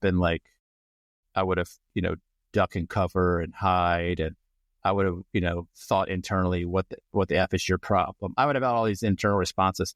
Now I just walk up to her with a smile on my face because it doesn't have any meaning to me anymore. And I might, dip her like a dance dip. I might give her raspberries. I might twirl her around. I might just give her a big hug and I move on. Like it has no meaning anymore. And our relationship is solid because she doesn't feel like she can't be herself. And so she's less stormy. See? And guys are always like, aren't you going to be a doormat? Come visit my house. I'm not a doormat. And nobody who observes that would see that, because my wife she's doing the same. Like she doesn't, it's like reciprocated because I've changed how I relate to her with generosity and no judgment. Then, it's done the same back. Anyway, that's just to spell out a little bit about how these things show up in practical, everyday ways. They create intimacy, they create connection because you've removed all of the stuff that was hindering you, the attachment, the judgment. How is this showing up for your kids? I'm curious, like with your children. With my kids, I would say that I'm more able to be present with my kids because I'm not as ruminating on everything all the time like I was, especially in the beginning of all of this. I just want to go back quickly to what you were saying there about your wife storming. I mean, that was me. Like, she had to be if she was in a bad mood, I couldn't have that, because that's going to be a bad thing. But it's a bad thing for me. Right. It wasn't about hearing why she's in a bad mood in the first place or dealing with why she's in a bad mood. It's like, that can happen because that's going to make an uncomfortable situation for me or for the kids or whatever. So it's interesting to look at it now. And, if you're not attached to the way that she feels, because that's going to be directly correlated to your okayness, then yeah, you just can observe it. And then, yeah, it does tend to, even with, not just with her, but with other people, it passes more quickly. And I think that probably does translate to my kids a little bit as well.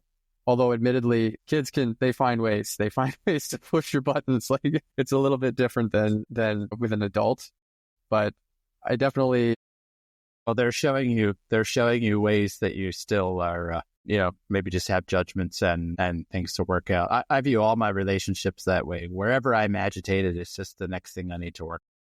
yeah. And I would say that's probably going to be sort of on my list to do still, because I mean, I spend a lot of time with my kids. We have them 50-50s, and we can still even do things together as a family and things like that. So we spend a lot of time with the kids. Yeah, I mean, it does make it, actually, going back, way back to what I was saying, but when we've had our first conversation and I was walking on cloud nine for 2 days, I was actually with my kids at the park during that period.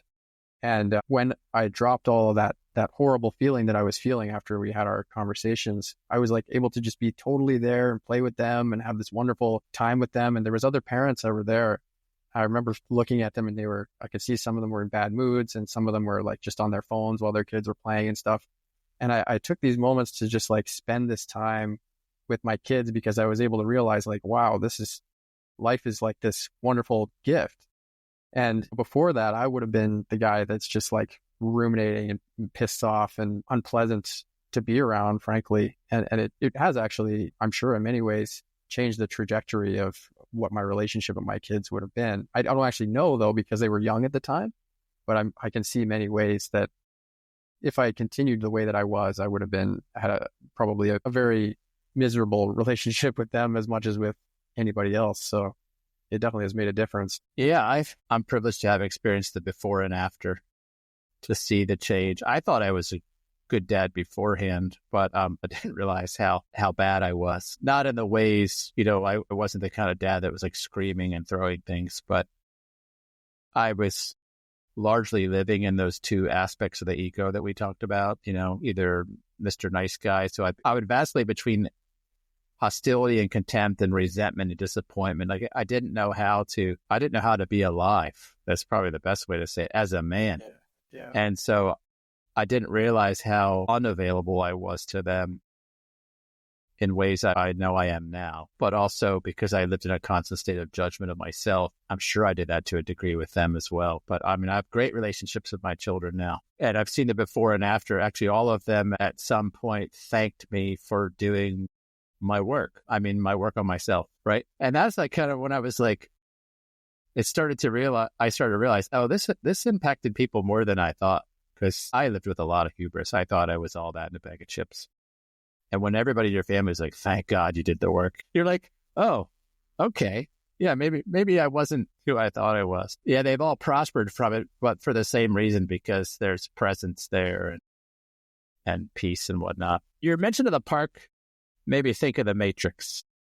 And maybe we could talk about that, because you and I are both big fans of the first Matrix movie. And what you just described is kind of like a Matrix-like moment where, everybody's kind of stuck in this like mental prison of living in the meanings that are just coming to them from their ego, right?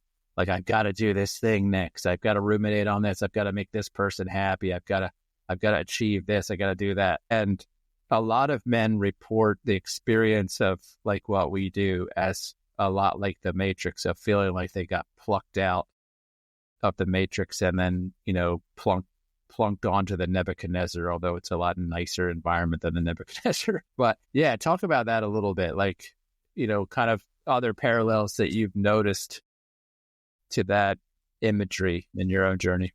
You're right about us both being fans. I think we could do a whole episode just on that movie alone. But going back to the thing that you mentioned before about how you kind of feel a little bit lost at certain points during this, I experienced that sort of like Cypher, where there was a point where, you get plucked out and you're in the Matrix, and you come into the real world, and then you're sort of like, wait a minute, this is hard. Like, this is hard work, and this is not just all the stake scene. Yeah, when he wants to go back into the Matrix, he wants one to of my favorite scenes in the movie. Yeah, and I totally related to that character at a certain point. I think we even talked about it a couple of years ago, where it was like, there's a couple things. Oh, keep going. I didn't mean to interrupt you. No, that's fine. I think go ahead. There's just, I'll be brief. there's a part of like, it's related to even when I think Neo says something about his eyes hurting or whatever. And Morpheus is like, well, you've never used them. Is it his eyes or his legs? I don't His know. eyes, yeah.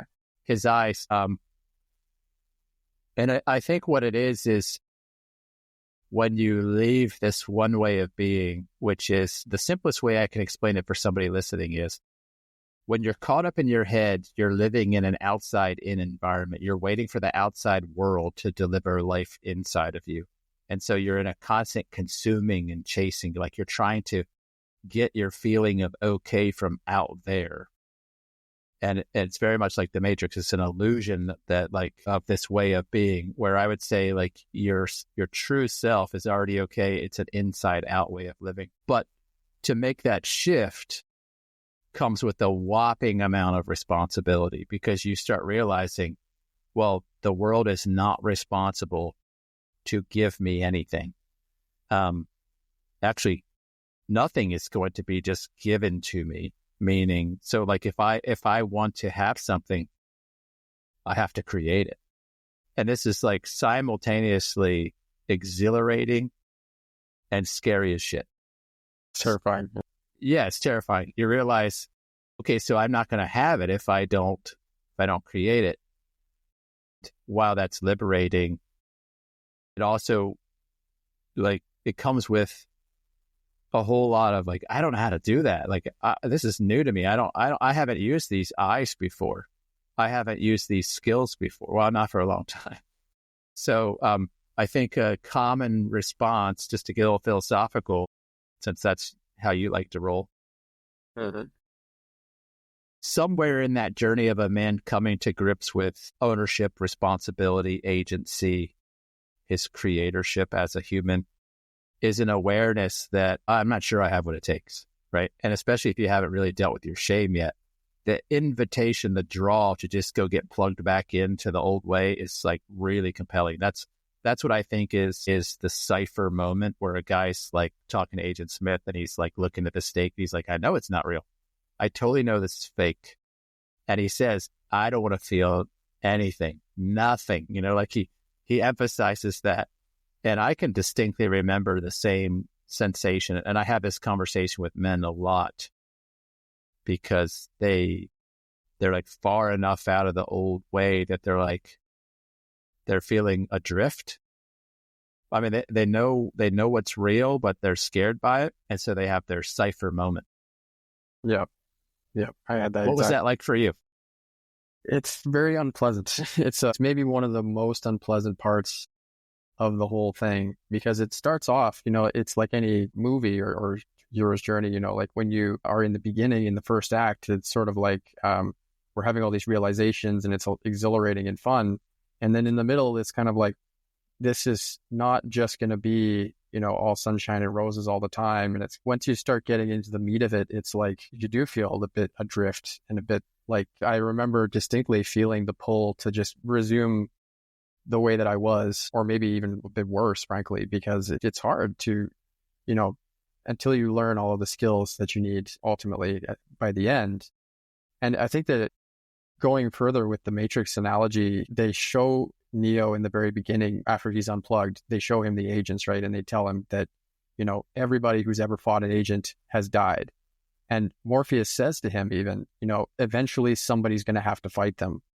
And if Neo is the one, then he has to accept that that's probably going to be him that's going to have to fight an agent where everybody else has failed.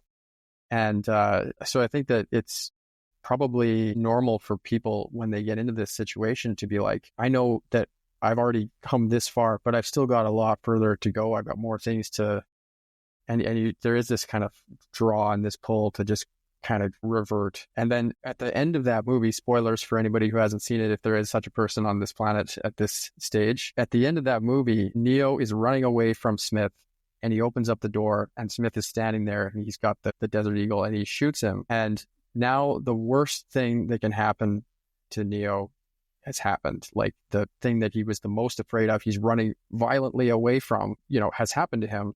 He gets shot a whole bunch of times and goes down and he's dead. But what's interesting about that movie is that the matrix is only in his mind. It doesn't exist except for in his mind. And so Trinity is able to talk to him outside the matrix and tell him to get up. And he does. And then once the worst thing that's happened to him in the matrix has happened and he's still there, he's like, hang on a second. Now I can see the matrix. I can stop the bullets. I can do all of these things. And that's, I think, very analogous to going through separation and going through your significant other dating and having these realizations about, it doesn't mean anything about you. Those are the kinds of things that maybe you only get by the bad thing happening and realizing that it's just in your mind. Yeah. Yeah. That's the gift of the whole process is we become fixated and attached. And oftentimes because of our attachment, this is kind of a weird thing because it works negatively too. Like if you become really fixated on a negative thing, it tends to happen. And I would say that's because that's what you're giving all your time, energy, and focus to. But oftentimes it's like it needs to happen. And then a person will finally move on and then they realize, oh, I'm actually okay. I meet a lot of men who come into the community and I don't know one way or the other, but sometimes I'm like, this person's pretty attached. We'll see if they let go. And it's kind of painful to watch if they're not letting go because there's a very good chance that means they're going to experience the very thing that they're just terrified of experiencing, which is just hard to watch. Ultimately it's good for them, but it's hard to watch, like to watch somebody just completely experience loss or pain. But sometimes that's how our addictions seem to be broken. If you won't walk away from that addiction on your own, sometimes the addiction walks away from you. And that's a painful thing to watch. I never really considered your story that way, meaning I feel like you were always, since I've known you, you've always been kind of actively a participant in recognizing where you're at. Not that you haven't needed to experience pain, but some people are, what's the word? You just see them, they're headed straight for it. Like they're not going to accept anything else but what they are fixated on. They don't realize how that's impacting them. But attachment is interesting. I've come to see a lot of value in the idea of impermanence and just that concept of appreciating that we can't hold on to anything and we don't really need to. And the reason we want to do that is because of fear. And so the further I get from fear, which I would say the antidote to fear is love, specifically unconditional love or unconditional high regard, the more I feel free to be unattached, and the more unattached I am, the better life is. I'm actually more free to love more deeply. In fact, I put in my notes today, I'm going to write an article soon about why I want my wife to be able to leave me. And it's based on this idea because I talk to a lot of men they're scared of a woman being independent sometimes because she could leave. And I always tell them it's in everybody's best interest, if you want to have a deeply loving relationship, that it be quite the opposite. So I want my wife to be financially completely able to leave me. And the reason for that is I know I'll have an awesome relationship. I mean, I have an awesome relationship now, but it will only be better. Like the more free my wife is from attachments, where like she needs something from me, the deeper our love will be.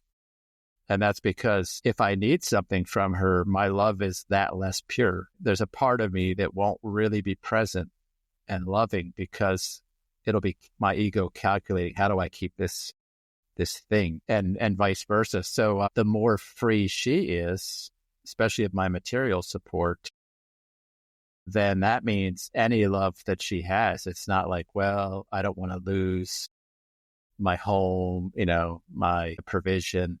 She can just love because of our relationship. And I would accredit all that to like understanding attachment. So I'm kind of on this hunt for attachment all the time in my life. Like, what else can I let go? What else can I let go? I don't know. It's just a lot of freedom to love more deeply when you're not attached to something.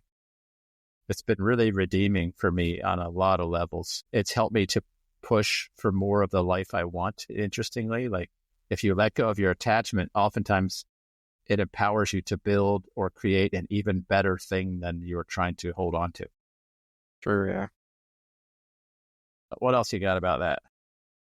It's very difficult to see. That's the one thing I would, if I was anybody who's listening to us talk about this, just that it's very hard to see the difference between like doing things from an attached place or doing them from a genuine, authentic, loving place. And I think that it takes reps, but it also takes like some learning and things like that to really be able to understand yourself and to see all of that. Yeah. Like what you're describing there. I would add it takes brothers or relationships.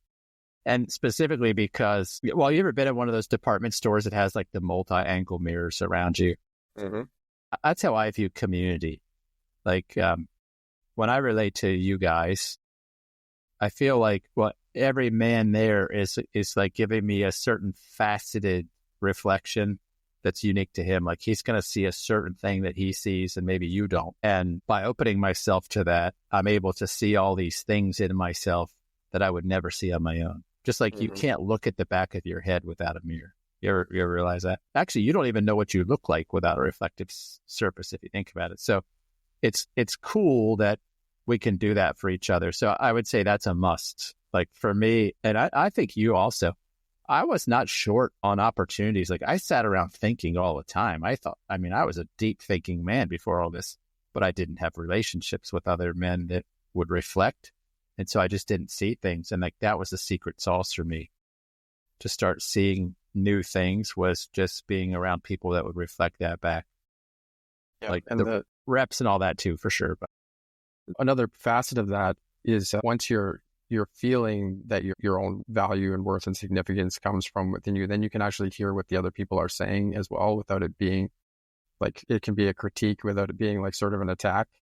Mm-hmm. And that was true in my marriage, that, anytime she had anything to say that probably I needed to hear, I couldn't hear it. And, I might not have been as open even to other brothers talking to me at one time before doing all of this stuff. So it kind of all has a nice interplay where you have to sort of, I think at first they have to come to you from a totally like loving way and just be like, listen, this is not to say anything bad about you. And then, as we move along, we can kind of push each other a little bit more to get better and better, because you're realizing that no matter what they say, I'm okay, everything's fine.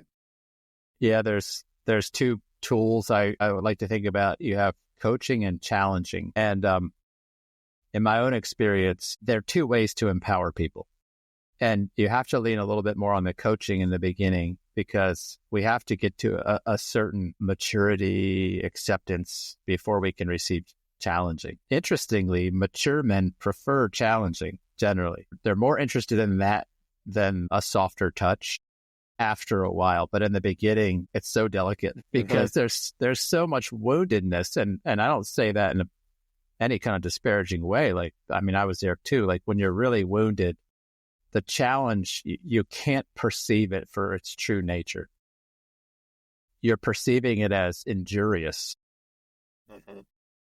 And so this is one of the challenges, even in connecting with men in that spot, is they hear so much of the message through the lens of their shame and insecurity that they get angry. And so one of the, I'd say, proof positive is like, total strangers feel like they need to comment on, like, let's say my content on my website. And I'm thinking, I'm just one of 8 billion people. Like, why do you need to waste your time commenting on my stuff? Like, if you disagree, okay, you can disagree. But it's that triggering, right? So like they're receiving it very personally. Like I'm just writing to a general thing and a guy will respond like I called him up and said F you and hung up the phone. But that's where we're at. Like when you're really deeply struggling with insecurity, you need to defend yourself constantly. You need to explain yourself constantly. You need to make sure everybody is, thinking a certain way. And so it can be really challenging to figure out how to meet a man in that spot because he's highly reactive emotionally. I remember feeling like that Yeah. early on. I struggle with this a lot even now because trying to find the sweet spot between challenge and coaching to like a, like especially with writing, like it's difficult. But also sometimes when I meet a new man, he'll interpret what's going on in our community. He'll watch other men challenge each other, which you and I know is like, it's always loving. There's no drama in how we do that, which I really appreciate. But he'll feel a little hurt by it sometimes. It's rare, but I mean, some men they need a little bit of encouragement. Like, hey, you're okay. We love you. We support you. Because he's feeling his own thing and he's thinking it's coming from outside of him. Yeah. I tell a story sometimes about a man one time. This is just an example, that perception. There was a man that wanted to leave. This isn't our community now. This is a former community. He needed to cancel rapidly because he was going to have a credit card charge that it would have been an overdraft. And he sends me a panicked message like, hey, can you please cancel this before this renews? I was like, yeah, sure. I was on a call. And so I answered with the word done, period. And I went about my business. I actually felt really good about myself because I responded right away and I was trying to meet this guy where he's at. But he sent me a message later on. It's so clear that you're upset with me and I disappointed you. And so this is the thing I'm talking about. Like he interpreted my word done, period, as like a whole story about my disappointment with him, my not feeling good about him. But this is how the brain works, right? This is how the ego works. So it's that kind of thing that we're all living in the meaning that we're making, to bring it back full circle, and that you think your meaning is like completely objectively true. And it's not. You're living in a story, and it's a story that you're convinced is other people are telling, but you're the one telling it. And this is really, really a challenging truth. So, that guy, I told him, I was like, yeah, no, not at all. But, he believed, as far as I could tell, the way he felt it. So it's extremely hard to meet men in that spot because they're weaving a tale all the time. It's like, how do you get past the tale they're weaving to even give them an idea that there's another thing going on, right? Sometimes you can't. I think some guys have never become fully open to it. Yeah, it's true. Same with women, relationships in general. So, what I have done instead is I've let go of needing to worry about how other people are, like the story they're writing. And I really have come to believe that the best thing you can do as a human is to live in a good story yourself. And that, I don't know, there's like something magnetic about that. Like I'm excited about for your own future, is the more you live this out, like, hey, I'm okay. I'll always be okay. And you just keep living this way. I've seen this so many times, I can confidently say it it'll draw people to you, which I think you can comment on a little bit. This, in a dating environment, this is definitely true. Men that have gone through this, oftentimes, if they start a new relationship, now they have a new problem that everybody wants to be with them because of this stability and confidence. Is that happening to you? Yes. Yeah.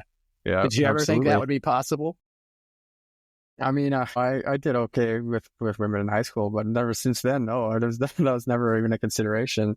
Especially after we separated, that was a really big fear of mine. Actually, like, I'm never gonna find somebody else. Yeah. I'm never gonna find somebody that I like as much. I'm never gonna find somebody that I like at all. And I think the irony of it is that now I'm in a situation where I don't really feel like I need to have a relationship with, which is that's what makes you attractive, by the way. Yeah, that's the thing. Now it's like, because of that, I have all of these. I sometimes will talk to women, not as much now because I'm kind of realizing this about myself. But I was talking to women out there, and it was like, it's like, whoa, guys, like, calm down, because, like I was saying before, they all will report the men that they talk to are like have these very like immature or negative traits that they don't like. And they're all looking for something out there that I think that they believe is out there and that is, but that not a lot of men and that's not to say like I'm not trying to, toot my own horn too much, but I have definitely noticed that You can own it. It's okay. a little bit, like, and it's it's just been really interesting where you go from this state of like feeling like nobody wants to be with you and like nobody's ever going to want to, sleep with you or things like that, to suddenly it's like you're kind of in situations where it's like, okay, like let's just put it on pause now. Like, I've had enough. Yeah. It's really interesting. I hear this frequently, and it kind of cracks me up, but I wanted to bring it up because of just showing a little bit of the side effect and the benefit of letting go of attachment, like working on a relationship with yourself. When you did that, you got to the place, what I just heard you say was, I really don't need a relationship. And now that you've reached that level of what I would say is emotional maturity, you're not short on opportunities for a relationship. And it's because like you let that work do its thing. And so now a really wonderful thing is you have all this opportunity. You can take your time. You don't have to rush into a relationship. You can find, take the time to figure out what excites you in a partner. What are you not thrilled about? You can get to know somebody. Although another man in our community, I won't name them right now, but he's saying like the difficulty he has similarly is he wants to go slow and figure out like now that he has all this bandwidth and he's not in a rush because he feels good about himself. That's like a lantern to moths right now for him with the women that he's just going on dates with. He's like, they're telling me stuff like, I've never met a man like this. It's saying things like, what did he say? Like, I've never had a person talk to me this way, and that women are like, fawning over him. And now it's a bit of a problem because he's just like, well, this is just the first date. Like, let's get to know each other, Anyway, I think I might know who you mean. Yeah, you probably do. We've probably talked to about it, haven't I? Yeah. So, but there really is big benefits, I think, to self-worth, right? And it's knowing that, the most important relationship you'll have is with yourself. And if you get that right, in my opinion, everything else falls into place. And until you get that right, everything will be in chaos. Yeah, I think what you just said there is really important because we're talking about attachment, but the antidote to that is self-worth, and your relationship with yourself is the way to get there, which is so funny because, when we first started talking, you talk about how you have to put your own oxygen mask on first and stuff like that. And it feels so antithetical to the way that you lived beforehand. It just feels like that can't possibly be true. I really, really firmly believe that can't possibly be the case. Yeah. And it does take a lot of time. But what's interesting about having the men in the community and yourself and all of that is that in the beginning, that's how I felt. Like, there's no way this is true. And then you have things come up in life and you talk to other men about it, and then they kind of give you their feedback. And then eventually you come to this point where it's like something happens and you're like, maybe I'm going to post about this. And you're like, you know what? No, we've covered this ground like 3 or 4 times. What would they say to me? And then you can kind of coach yourself. And that's how you sort of internalize some of these ideas. Yeah, that's an interesting point. I hadn't really thought about it that way, although I would encourage you to post anyway. But an attachment thing, it reminded me of a story when my oldest was little. He was in swimming lessons at the YMCA. And my wife was not super fond of being in the pool, so it always fell on me to be the parent in the pool. But he was so terrified of the water, he would grab on my neck in this way that, like, I tell you, Jake, there was like so much terror there. It was very hard to breathe. And he just wouldn't let go. And that's how oftentimes I think about a lot of the men I'm meeting who are like, that's how they are about their relationship. And I'm thinking, I love my son, but I want him to get off my neck right now. Right. And so this is how a lot of women feel in a relationship. They feel like that kind of pressure and smothering and whatnot. And a man might not even know he's doing it. He doesn't feel safe, but he's doing this in little ways. And especially if she says, I need space, or I want a divorce or a separation, or I love you, but I'm not in love with you. And he just goes, he just grabs on the neck. And it took a long time for me to like peel his hands off. I tried to peel them off and put them on the pool deck. And I could never get very far, but eventually he learned to let go and swim. Now he's a confident swimmer, but that attachment in the beginning was really something to contend with. And it's easy for a lot of men who are experiencing this to feel a lot of shame. And maybe we'll just wrap up with this. And one thing I like to just point out to men is, I don't know if it's just when we grew up, because none of us have grown up in another time to compare, but the way we're born dependent on somebody, and over time we're slowly handed like personal agency and sovereignty and ourself, right? But it seems like a lot of men were never given like an emotional transition. They didn't transition from childhood to adulthood emotionally. And I think this is what makes it complicated, is a lot of men are like, well, I have a job, I go to work and put food on the table. And so they transition physiologically and maybe even behaviorally from childhood to adulthood, but they never transitioned emotionally. And so when people ask me what I do, I oftentimes, other than the tagline on unstuck, unshakable, unstoppable, I generally say, well, I help men to become emotionally mature and basically to go through emotional adolescence, which is this liminal space between childhood and adulthood where you're not really one, but you're not really the other. Mm-hmm. And I'm just saying that because it's easy, if you're listening to a conversation like this saying, this is me, man, to start feeling a lot of shame about it. But that shame is actually related to the immaturity. It's not real. These things aren't evidence of of a defect in a man. They're just evidence that nobody ever parented him emotionally. And I think the vast majority of men alive today fall into this category, meaning nobody showed them how to grow up emotionally. And I think we're seeing this. It's kind of worrying in a lot of levels. I believe it's a worthy mission for us to care for one another as men this way, to show men hey, here's how you grow up from, childhood on your insides into adulthood. Anyway, I'm personally glad to have met you in that process. I very much feel the same way. Now I really can say that our meeting did fully change the trajectory of my life. So I'm very happy to have.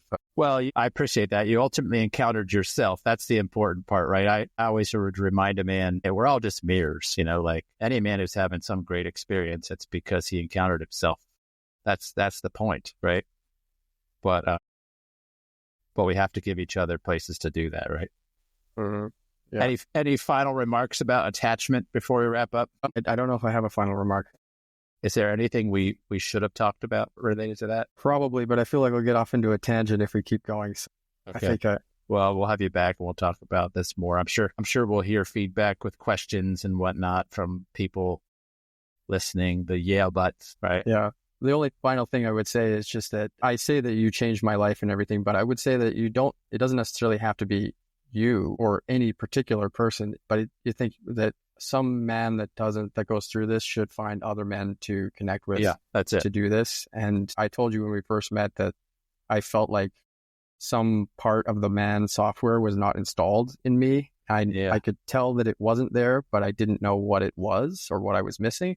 And it took being around other men that are a little bit further along on the path to be able to even figure out what it was in the first place. And I wasn't going to do that by myself. So yeah.